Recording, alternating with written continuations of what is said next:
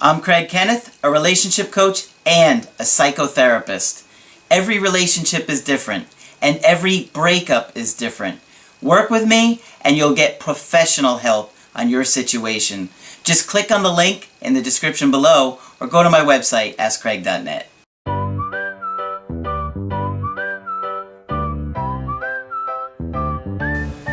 Hi there, I'm Coach Craig Kenneth. I'm Coach Margaret. And today we are going to be talking about early attachment trauma.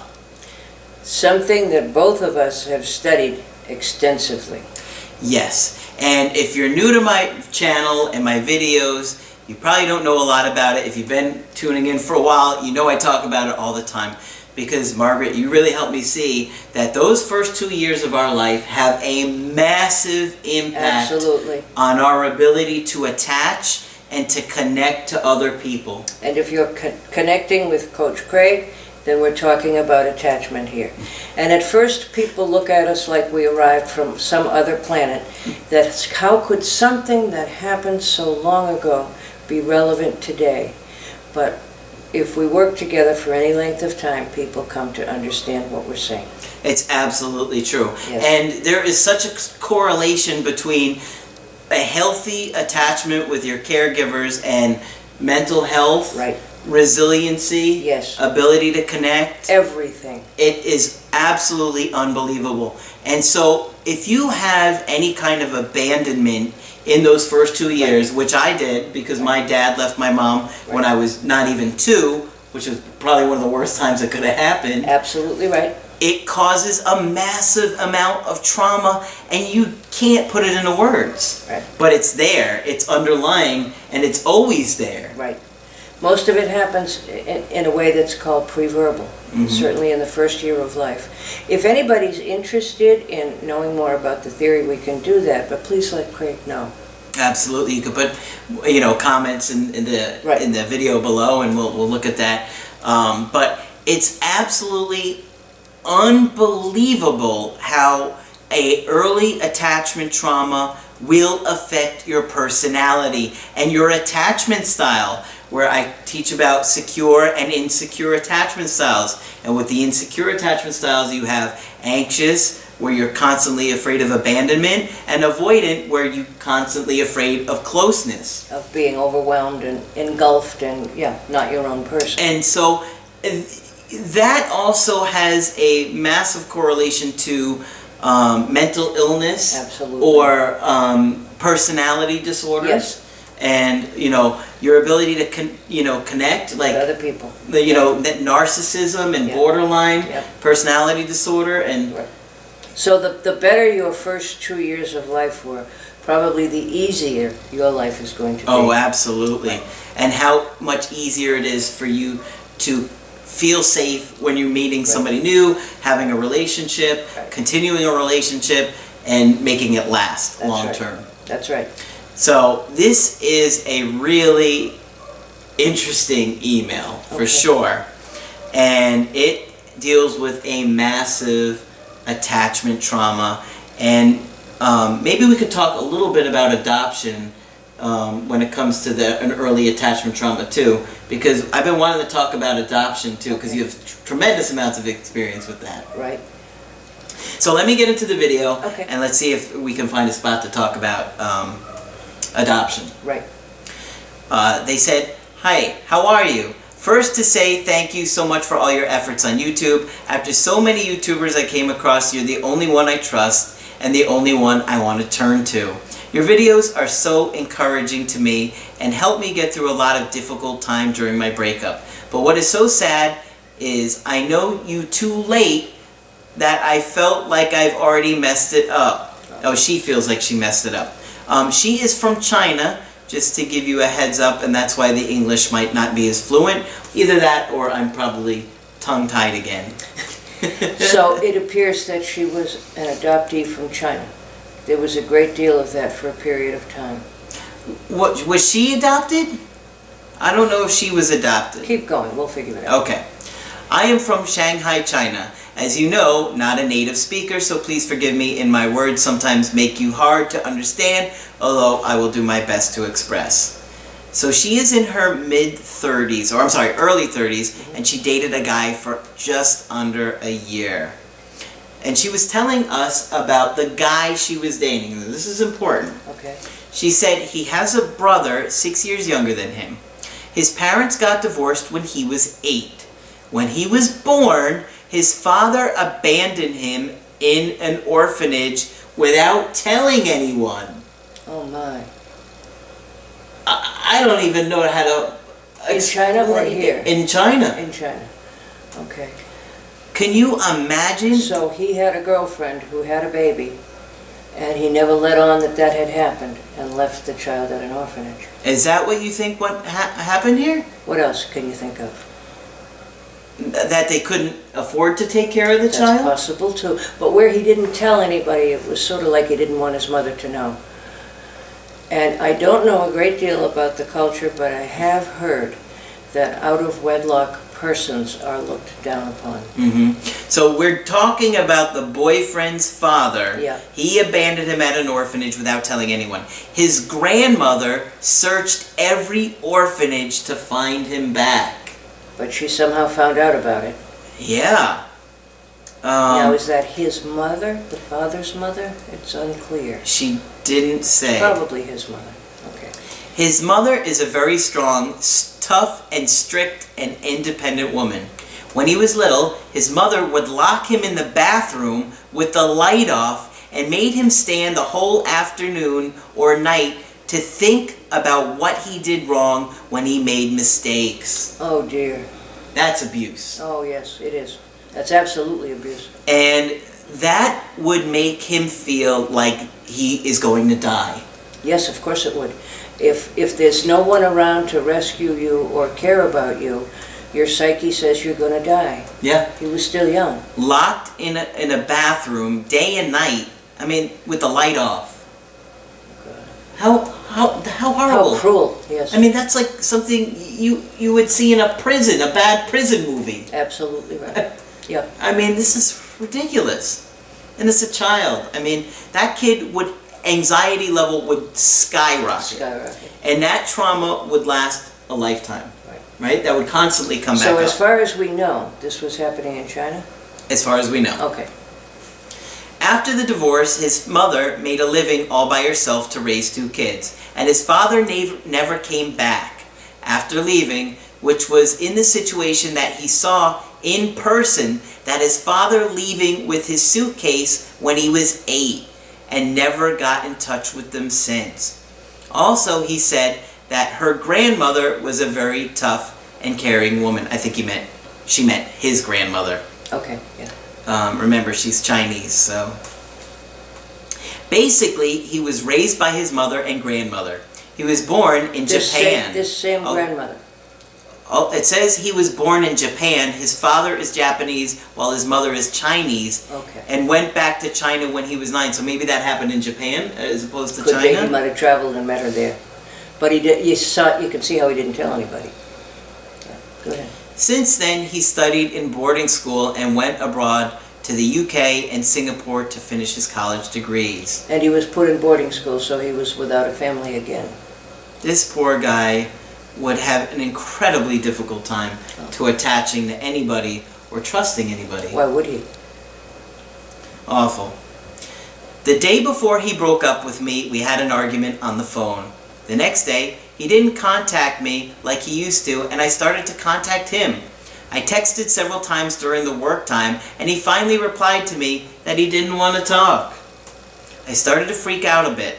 I kept texting him and even started to call him after no reply. I called again and again until he blocked me. I panicked because he never did this before. I really freaked out after work. I rushed to his house and rang the bell, and the girl who rented the house with him texted me that he didn't allow her to open the door for me because he was so angry and mad. Which girl? The girl who rented the house. The girl who rented the house. Okay. I was brutally rejected outside of his door. I texted him, begging him to open the door to talk to me, but still no reply. I was devastated. Ironically, he's kind of doing to her what was done to him. It was until the next day, very early in the morning, around 1 a.m., he replied to my text saying that he was too tired in this relationship and getting more and more tired and he couldn't take it anymore. He brought up the breakup. P.S. Craig, I wanted to mention a little bit about his relationship before me. He seems never committed to a relationship very long. Nor was anyone ever committed to him. Exactly. His father left him in an orphanage and didn't tell anybody. His longest relationship only lasted about a year. Every time there was a conflict, he tended to break up instead of working on things together. He broke up several times, and both me and him tried to save them back. But this time, I'm hopeless and I've tried everything but failed. He seemed to hate and afraid of arguments. That's what it sounds like. But is it normal for couples to argue? Is it me being subjective or what? Well, it's normal for couples to argue and get over it, or nobody'd ever live with anyone. It is possible to do. But he probably has an ongoing fear of being abandoned because it's been the story of his life. And he may be afraid that the minute there's a conflict, the relationship is over. Mm-hmm. And it may take him back to that early feeling even of if childhood. he doesn't consciously remember it, it's written in there, and it's written in all of his emotions. Mm-hmm. Yeah. Okay. I begged, I cried, and desperately asked for another chance through text, but he was full of anger and he said he didn't love me anymore. And he said he had already given me chances, but I never treasured them, so now I had to accept the fact that he wanted to break up with me and wished me all the best. I knew he was upset with me, so I wrote him in calm, expressing how I appreciated him in this relationship and listed several things that I had done wrong to try to get him to talk to me. Oh. He replied in details. This is what you did wrong? Saying that he felt so bad and heard about the breakup too, but in rational mind he knew that we were not a fit together or for each other. He said sometimes love was not everything. How would he know? I'm not sure he's ever experienced love. Yeah. Or if what he experienced is love, he doesn't want any. Do you blame him? No. I get locked in a bathroom or sent away and no one knows where I'm at. Awful. We even got back together this time. Next argue, and we would end up breaking up again. So he was saying if we get back together, we're just going to break up again. He wished me the best and hoped I would find someone perfect for me instead of him. I begged again, and he just texted back with 3 crying emojis, and I never texted him back. That was 2 days after the breakup. I reached out to him 2 weeks after the breakup, asking an irrelevant question, as he simply replied to me, "No more." We Chinese people use WeChat as our social media to share our lives, and I posted a lot of wonderful activities I joined in order to draw his attention. It sort of worked. Yeah. Later, I found out that he likes all the pictures I posted on WeChat. I didn't react. Since then, he likes every photo once I posted, and I knew that he was paying attention to my social life. So he's still wondering. Yeah. He's still looking to see what's going on, and he's not afraid to let her know that he's looking because he's liking the status so she knows. Right. So it's a sort of underground communication. Yes. Yeah. After 1 month since the breakup, he started to text me like some pictures or songs, but never said much. I didn't know what he meant, and I wanted to be clear. I called him to ask him about his thoughts, and he told me he just wanted to be friends. He just thought we could still be friends. Well, she definitely is not going to just want friendship here. She's very into this guy. When I learned this, I was furious and devastated, and I begged again. I was so weak. He comforted me on the phone, saying that you could meet a better person than him, which made me feel even more devastated. Yeah, that would make you feel worse. That doesn't make you feel better if somebody says, you're going to find somebody better than me. You're like, no. I want you. But I want you. I want to settle for less. Yeah. I'll settle. Yeah, I'll really, settle. I don't need better. Yeah, right. I said to him, if you don't want to be in a romantic relationship with me, please stop contacting me. Stop liking the photos on my social media. And he said, okay. Since then, he never did the interaction with me except on my birthday in June. He sent me a text message to wish me happy birthday. He was the first person to text me happy birthday because he sent it right at midnight. I thanked him and no reply. No reply. The only reason that I still hung a little hope was because he didn't change the background picture on WeChat, which we used as a pair. But things changed about a week later. He changed the background picture, which claims that he is single now. Okay. Ouch, that would hurt. Yeah. I tell this story, I don't know if you remember this, but when one of my exes broke up with me, it was right before I had to do a show with two of my friends. Right. And she deleted the pictures on Facebook right before I had to go on stage. And to do comedy. Oh, yeah, to do comedy. Oh, right. I wanted to die. It was a packed house. I'll never forget it. I was literally seconds before I had to go on stage because the opening guy had gone up and I was next, and I was sitting there like my heart had just been ripped I'm out of your chest. Oh, yeah. And I'm watching them delete. It's like you click on it, you refresh it, it's another one's gone. Yeah. Another one's gone, yeah. There's none left. But you lived through it, to your credit. Well, had I not gone through this, I wouldn't be here today. That's right. So it happened for a reason. And if I hadn't gone through it with you, I wouldn't be here today either. Exactly. Oh, man. Of course, I freaked out again. I couldn't resist my attempt to contact him and ask if he truly moved on. He replied that he had moved on uneasily and he didn't want to replay things again. I begged him to see me in person to have a talk, and he refused, and he thought it was meaningless to see each other right now because he knew what I would say and he had had enough. Well, he had heard it several times by then. Yes, and that's why I always tell people, talking about it is not going to try and reattract them. I've done that. I've done that before.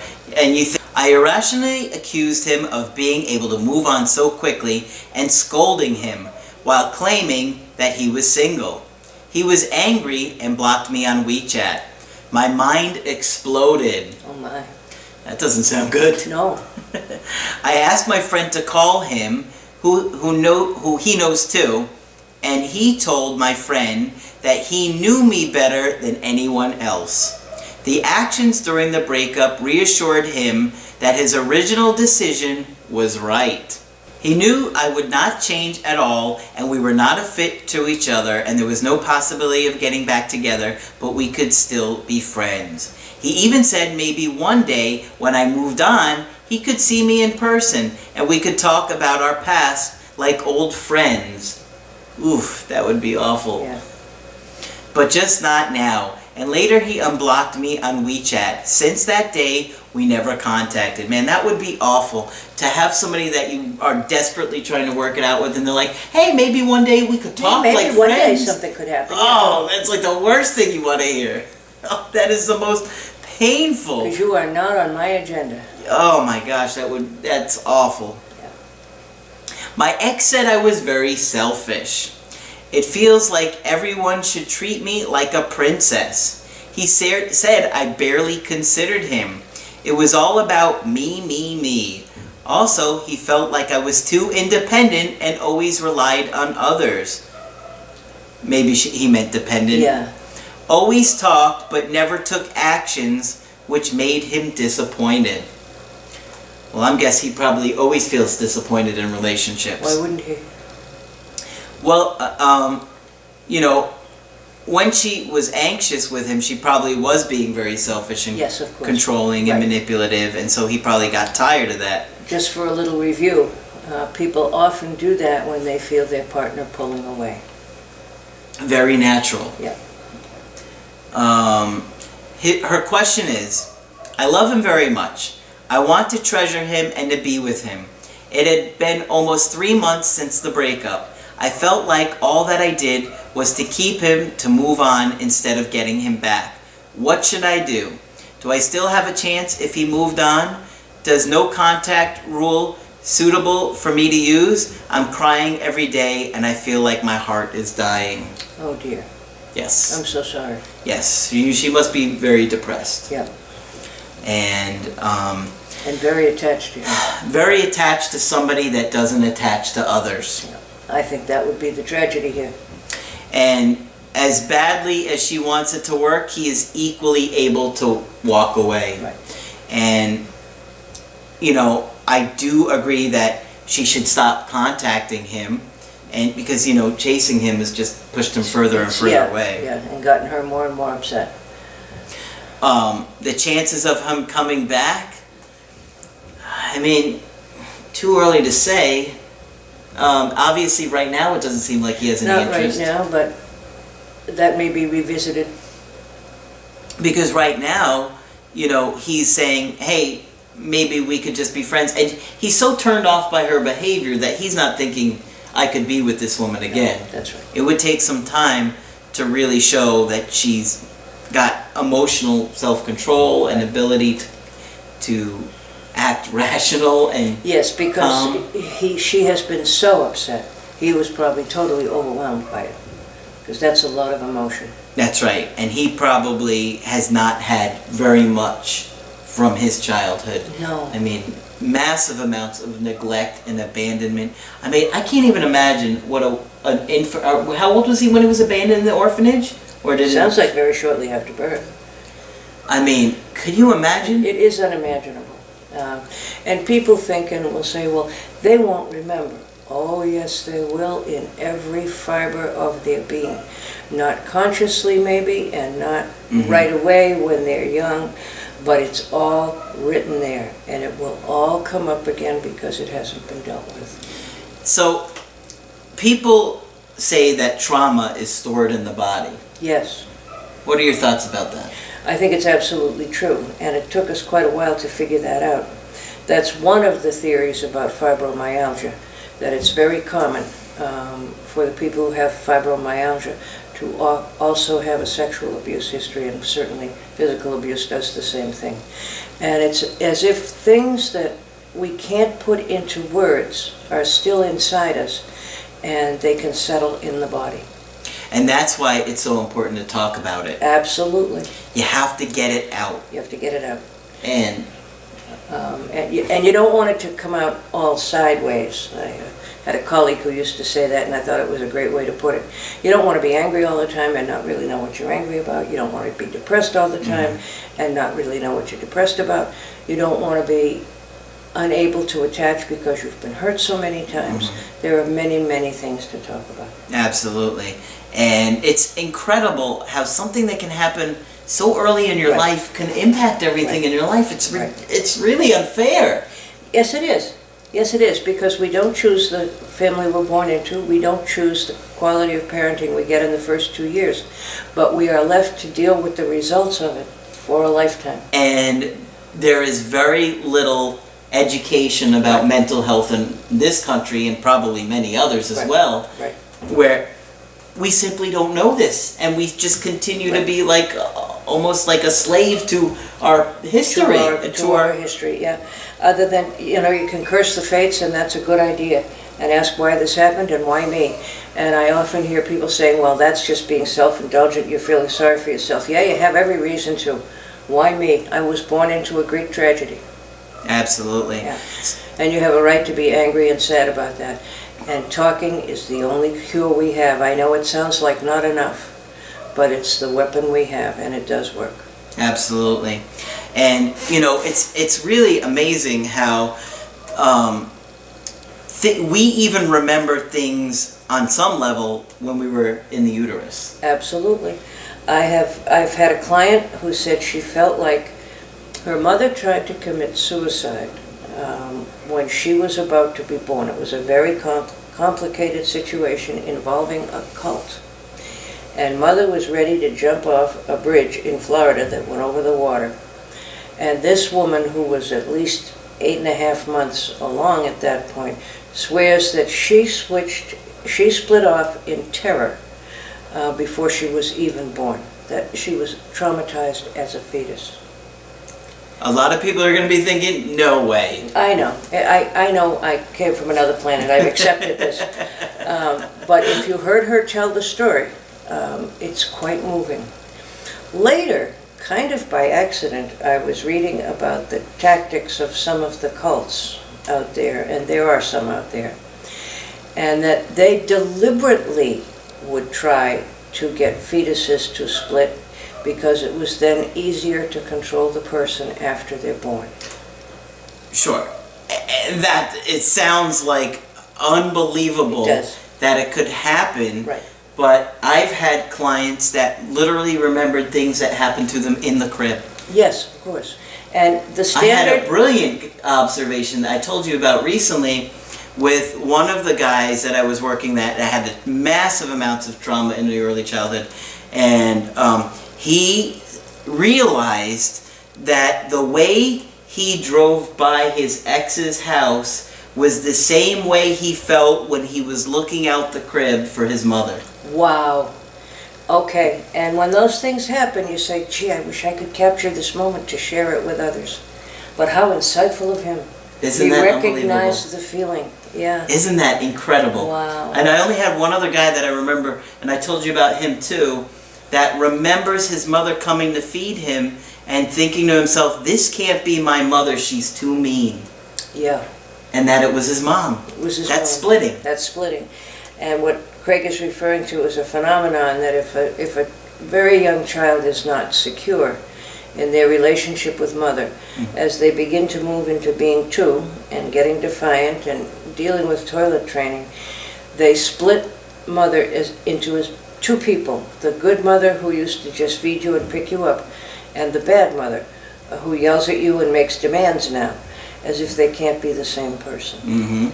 And it's to keep from being angry at mother, because Lord knows what could happen. You could lose the fragile relationship you have with her, so you can't get angry at her. And on an unconscious level, we know you can't upset our parents too much, or they'll abandon us and we could die. Yeah, they could abandon us and not feed us, and we could die. It's that powerful. It's that powerful. Fascinating stuff, isn't really it? is. You guys It really learned a little bit extra on that end of this video. I hope you really enjoyed that stuff. That's some of the heavy-duty theory. But it's unbelievable. Absolutely. Absolutely. So, if you want to get my help personally, just go to my website, askcraig.net, sign up for the coaching option that works best for you. I do email coachings and I do Skype coachings. And if you like the video, throw a like on there and leave comments below if you like the subject we were talking about today. Right. Some interesting stuff. And if you want more, let us know that. That's right. If you want more of the theory, which isn't always easy to absorb. Absolutely. I know, I spent years doing it. And forcing me to learn it. Yes. But that's it for this video. I'm Coach Craig Kenneth. I'm Coach Margaret. And we will talk with you soon.